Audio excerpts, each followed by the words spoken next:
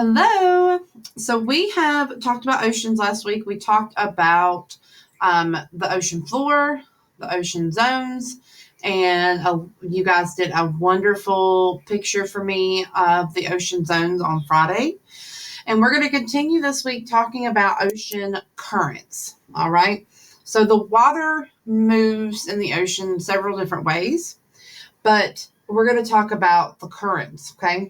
So let's start off by saying that the ocean covers up how much of the earth.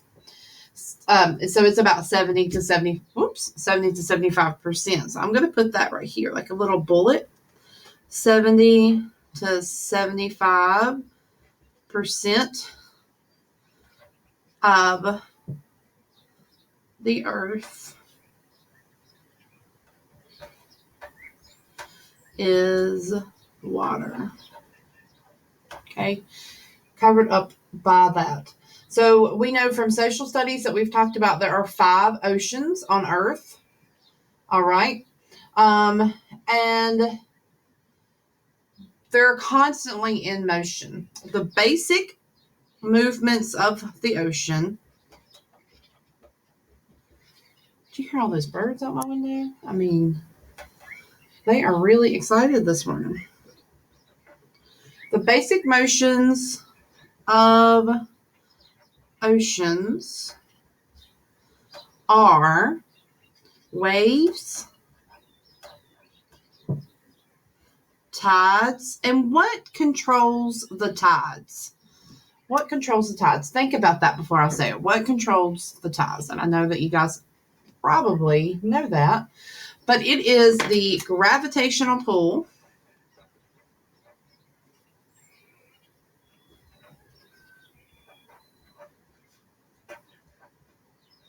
from the moon.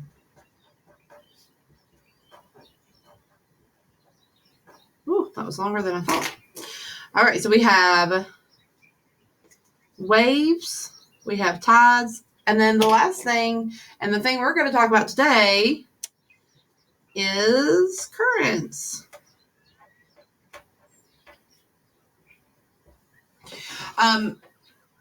So I don't, if you've ever been to the beach, sometimes they talk about the rip tide or the rip current, and that is just a strong underwater current that can pull you down and pull you out to sea.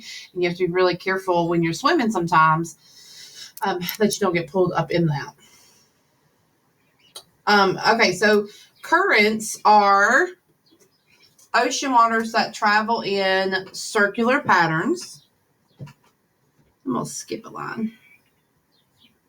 Now, remember, if I'm going too fast, you can pause this and catch up. And when we're finished, you're going to put these in your binder in your science tab. Okay. So I said that currents are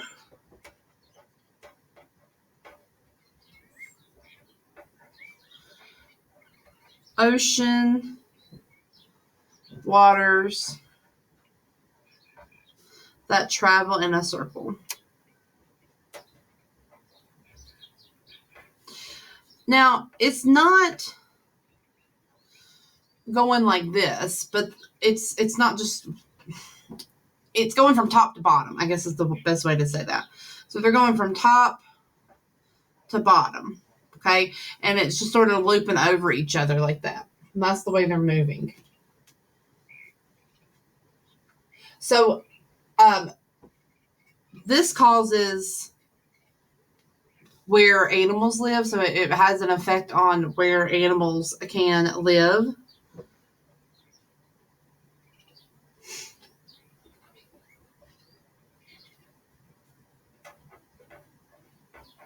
It can also affect how you travel on the ocean.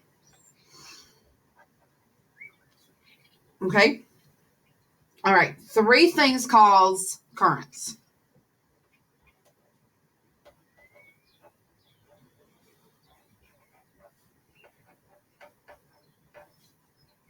Okay? Wind patterns.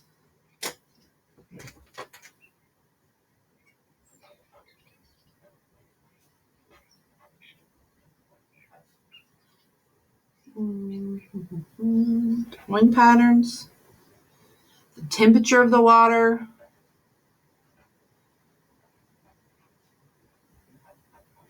and salinity. Now, what is salinity? Salinity is the amount of salt in the water.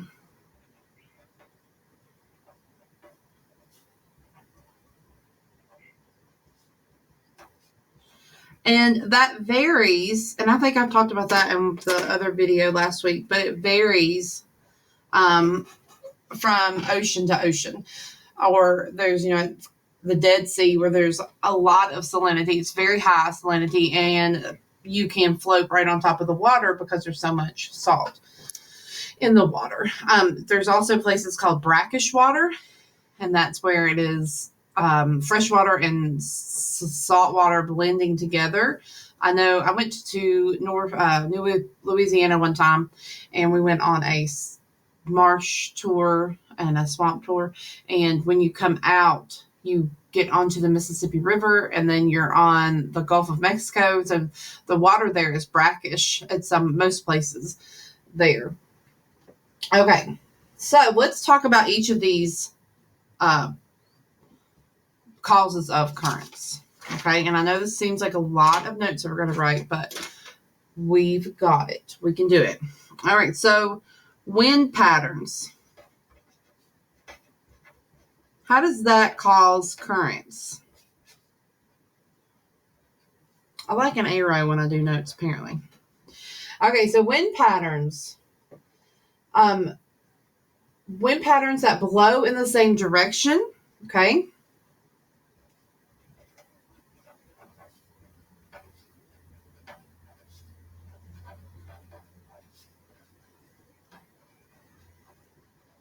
Okay. And one of these major wind pattern currents is called the Gulf Stream. Okay.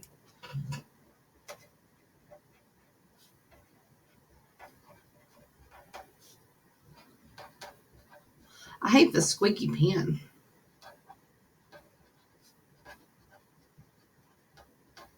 Okay, so the Gulf Stream is a major wind pattern. It is one of the strongest currents, and it's like a river of warm water flowing on top of cold water. So I'll put strong current and a river. And that's what currents are. They're like a river of water running through the ocean. A river of warm water flowing on top of cold water. Okay, so all currents are like a river, but the Gulf Stream is a very warm water because it comes off of the Gulf of Mexico. All right, guys, I'm going to try to draw. Okay, so I'm the worst drawer. All right. It's so bad. So I'm going to try to draw the United States. All right. I mean, that sort of looks like the United States. It's not the best. Okay, so this is the Gulf of Mexico right here.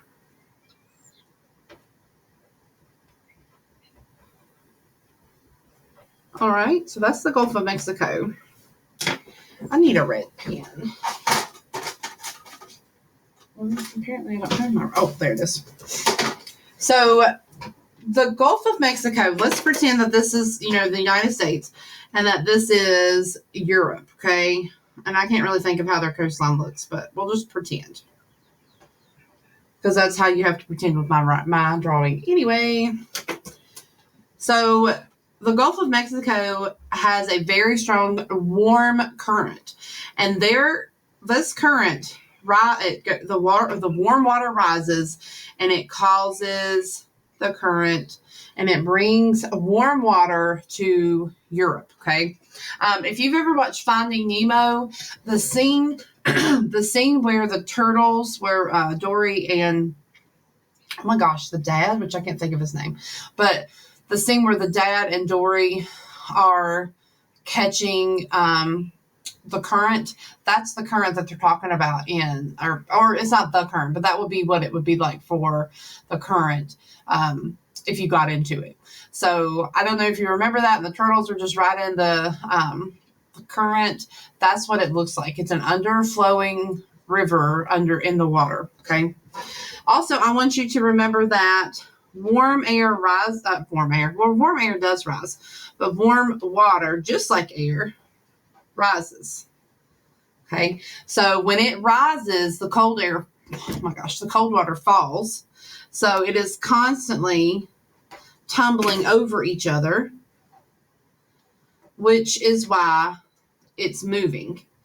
So the cold water comes up, and then it goes down, and then the warm water stays on top, and it pushes the cold water down. So it's like they're in a tug of war floating battle. Okay, and that's what we're going to talk about now. We're going to talk about the temperature. I'm going to change sheets. All right, talking about temperature. And I sort of just said everything we really needed to talk about with that. But so the temperature affects the currents, because if you think about, again, I'm going to draw a picture. So if this is the Earth, right? And then right here at the equator, the sun, it's heating up the water right there at the equator, and the water sort of it rises to the top, and as the heated water rises to the surface, the colder water sinks.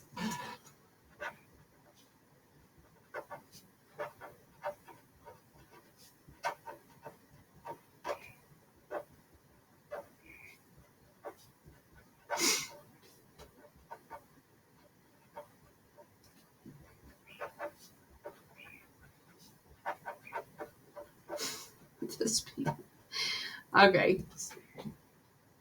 So the warm air, or the warm water, rises and the cold water sinks.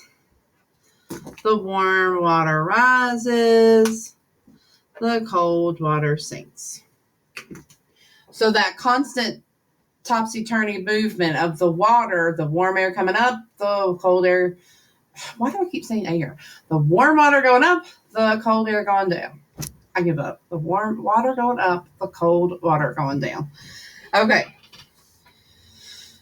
All right. So moving on to salinity. So I'll stop saying warm and cold air instead of warm and cold water. All right. So salinity. Now this is a big one, and the state test makers always like to ask about salinity. Every SOL I've ever, practiced for, we always practice for salinity, because they like to ask you this question. So salinity is how much salt is in the water.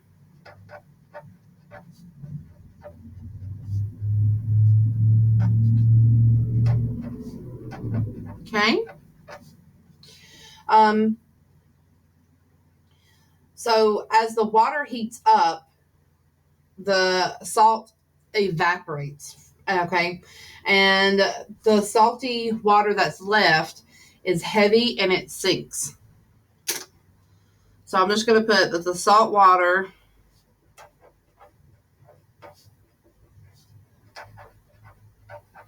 and then it's going to sink. Okay. It's just like when the cold water goes down, it's because it's heavier. So the salt water is heavier, and then the less salty water rises to the surface, and then it's doing the same topsy-turvy thing as the cold and hot water. So salty water is on top, and I'm going to say salty water.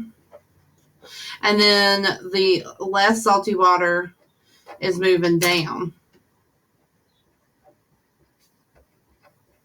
Okay. So that is creating a movement of the